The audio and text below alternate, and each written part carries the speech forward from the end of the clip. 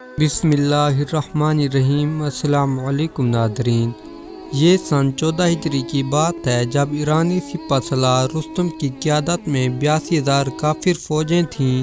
جب مجاہدین اسلام یعنی مسلمان جن کی تعداد 7 یا 8,000 تھی ان سے مقابلہ کرنے کے لیے مسلمان ایرانی سرحد پر قادسیہ کے مقام پر جمع ہوئے تو رستم نے مسلمانوں کے سپہ سالار حضرت سعد بن ابی وقاص رضی اللہ تعالیٰ عنہ کے پاس یہ کہہ کر اپنا ایلچی بھیجا کہ تم فوجیوں میں سے کسی کو اپنا نمائندہ بنا کر میرے پاس بھیجو تاکہ اس سے تبادلہ خیال کر سکوں۔ حضرت سعد بن ابی وقاص رضی اللہ تعالیٰ عنہ نے اس کے جواب میں حضرت ربیع بن عامر رضی اللہ تعالیٰ عنہ کو روانہ کیا جو 30 سالہ جوان تھے اور صحابہ کرام رضی اللہ تعالیٰ عنہ میں سے تھے، اور ان سے فرمایا جاؤ اور اپنی حالت میں کچھ تبدیلی نہ کرنا، کیونکہ ہم ایسی قوم ہیں جن کو اللہ تعالیٰ نے اسلام کے ذریعے عزت بخشی ہے۔ اگر ہم نے اسلام کو چھوڑ کر کسی اور ذریعے سے عزت اور شان طلب کی تو اللہ تعالیٰ ہمیں ذلیل اور رسوا کر دے گا۔ حضرت ربیع بن عامر رضی اللہ عنہ اپنے سپہ سالار حضرت سعد بن ابی وقاص رضی اللہ عنہ کی نصیحت سن کر اپنے دبلے پتلے اور لاغر گھوڑے پر سوار ہوئے اور پھٹا پرانا لباس پہنے ہوئے ہاتھ میں چھوٹا سا نیزہ لے کر روانہ ہو گئے۔ جب رستم کو خبر پہنچی کہ مسلمانوں کا نمائندہ ان کی خدمت میں حاضر ہونے والا ہے تو اس نے اپنے ارد گرد وزیروں اور فوجیوں کو اکٹھا کیا۔ وہ تمام کے تمام صف باندھ کر تیار ہو گئے تاکہ ان کی ہیبت دیکھ کر مسلمانوں کا نمائندہ ڈر جائے اور مسلمانوں کا نمائندہ رستم سے ڈر کر ان سے اچھی طرح گفتگو نہ کر سکے۔ اس کے علاوہ مسلم نمائندے کی آمد کی خبر سن کر رستم نے اپنی مجلس کو سونے کے تاروں سے گڑھے ہوئے تکیوں اور ریشم کی نشستوں سے سجایا اور قیمتی یاقوت اور جواہرات سے مزین تاج پہنے ہوئے سونے کے تخت پر جلوہ افروز ہوا۔ جب حضرت ربیع بن عامر رضی اللہ تعالیٰ عنہ وہاں پہنچے تو رستم نے اپنی فوجیوں اور وزیروں کو انہیں اندر لانے کا حکم دیا۔ حضرت ربیع بن عامر بسیدہ کپڑوں میں اپنے چھوٹے سے گھوڑے پر سوار ہی داخل ہوئے اور ریشم کی نشستوں کے کناروں کو اپنے گھوڑے کے پاؤں سے روندتے ہوئے آگے بڑھے۔ آپ کے جسم پر ہتھیار اور زرہ موجود تھی۔ سپاہیوں نے کہا اپنے ہتھیار اتار دو۔ حضرت ربیع بن عامر رضی اللہ تعالیٰ عنہ نے کہا میں خود سے بغیر بلائے تمہارے پاس نہیں آیا بلکہ تمہاری دعوت پر آیا ہوں، لہذا اگر تم نے مجھے اس حال میں چھوڑا تو ٹھیک، ورنہ میں واپس جاتا ہوں۔ یہ سن کر رستم نے اپنے سپاہیوں سے کہا ان کو ایسے ہی آنے دو۔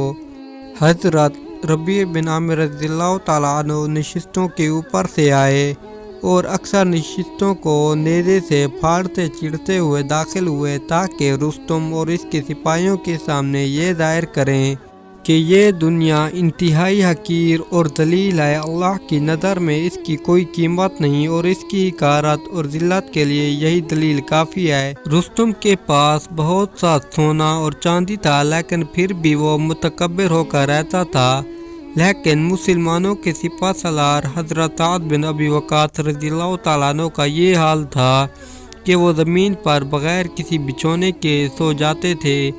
حضرت ربیع بن عامر رضی اللہ تعالیٰ عنہ رستم کے سامنے کھڑے ہوئے تو اس نے کہا بیٹھ جاؤ۔ ابن عامر رضی اللہ تعالیٰ عنہ نے کہا میں تیرے پاس مہمان بن کر نہیں آیا کہ بیٹھوں بلکہ ایک نمائندے کی حیثیت سے آیا ہوں، تمہیں جو بات کرنی ہے کرو۔ رستم نے ترجمان کی وساطت سے کہنا شروع کر دیا اہل عرب تمہیں کیا ہو گیا ہے، قسم ہے میرے معبود کی تم لوگوں سے زیادہ ذلیل اور خوار قوم ہم نے کہیں اور نہیں دیکھی۔ رومیوں کی اپنی ایک تہذیب ہے، اہل فارس کی اپنی ایک تہذیب ہے، یونان کی بھی اپنی ایک تہذیب ہے، ہندوستانیوں کی اپنی ایک تہذیب ہے، مگر تم اہل عرب جھگڑالو اور ضدی لوگ ہو، بکریوں اور اونٹوں کو ریگستان میں دوڑانے والے ہو، آخر تم لوگ کس نصیحت سے ہماری سرحد میں آئے ہو؟ حضرت ربیع بن عامر رضی اللہ تعالیٰ عنہ نے کہا ہاں اے بادشاہ، ہم ویسے ہی تھے جیسا کہ تم نے کہا ہے، بلکہ ہم اس سے بھی کئی گزرے تھے۔ انہوں نے کہا کہ ہم جاہل و گنوار تھے، بتوں کی عبادت کرتے تھے، بکریوں کو پانی پلانے پر جھگڑتے، اپنے قریبی عزیز کو معمولی بات پر قتل کر دیتے۔ یہ کہہ کر ربیعہ بن عامر رضی اللہ عنہ نے اپنے سر کو تھوڑا سا جھکا دیا اور پھر رستم کی طرف مخاطب ہوئے۔ ان کی آواز بلند ہو گئی اور وہ کہہ رہے تھے کہ لیکن اللہ تعالیٰ نے ہمیں تمہارے پاس اس لیے بھیجا ہے کہ ہم بندوں کو بندوں کی بندگی سے نکال کر اللہ تعالیٰ کی عبادت کی طرف لے جائیں، دنیا کی تنگی اور پریشانی سے نکال کر آخرت کی وسعت اور فراوانی کی طرف لے جائیں۔ یہ سن کر رستم آگ بگولا ہو گیا اور کہنے لگا کہ اللہ کی قسم تم اس وقت تک واپس نہیں جا سکتے جب تک کہ اپنے سر پر میری سرزمین کی مٹی اٹھا کر نہ لے جاؤ۔ رستم نے حکم دیا کہ ان کے سر پر مٹی کا ٹوکرا رکھ دیا جائے۔ کسریٰ کے غلام نے حکم کی تعمیل میں مٹی کا ٹوکرا ان کے سر پر رکھ دیا، جس سے وہ لے کر تیزی سے مسلمانوں کے کیمپ میں واپس آئے۔ سعد بن ابی وقاص رضی اللہ عنہ ان کے منتظر تھے۔ دیکھا کہ ربیعہ کے سر پر مٹی کا ٹوکرا ہے، پوچھا یہ کیا ہے؟ عرض کیا آپ کو فتح مبارک ہو، دشمن نے اپنی سرزمین کی مٹی لڑائی سے پہلے ہی آپ کے حوالے کر دی ہے۔ یہ سب باتیں سن کر صحابہ کرام رضی اللہ تعالیٰ عنہم نے بلند آواز سے نعرہ تکبیر بلند کیا اور خیمے گونج اٹھے۔ آواز بلند ہوئی، یہ مٹی کا ٹوکرا فتح کی نشانی ہے۔ اس سے اگلا دن مسلمانوں کے لیے فتح اور نصرت کا دن تھا۔ مسلمانوں کے سپہ سالار سعد بن ابی وقاص رضی اللہ تعالیٰ عنہ مجاہدین کو صف باندھنے کے لیے نکلے۔ پھر مجاہدین اسلام اور دشمنان اسلام آمنے سامنے ہوئے اور دونوں میں جنگ شروع ہو گئی۔ 3 دن تک لڑائی جاری رہی۔ اس مدت میں ضلالت اور گمراہی کی دلدل میں پھنستے ہوئے ایرانی فوجیوں کے سروں کو، جو کلمہ لا الہ الا اللہ کے پہچان سے خالی تھے، مجاہدین اسلام کچلتے رہے اور کفار کے سروں کو اڑاتے رہے، یہاں تک کہ دشمنان اسلام شکست سے دوچار ہوئے۔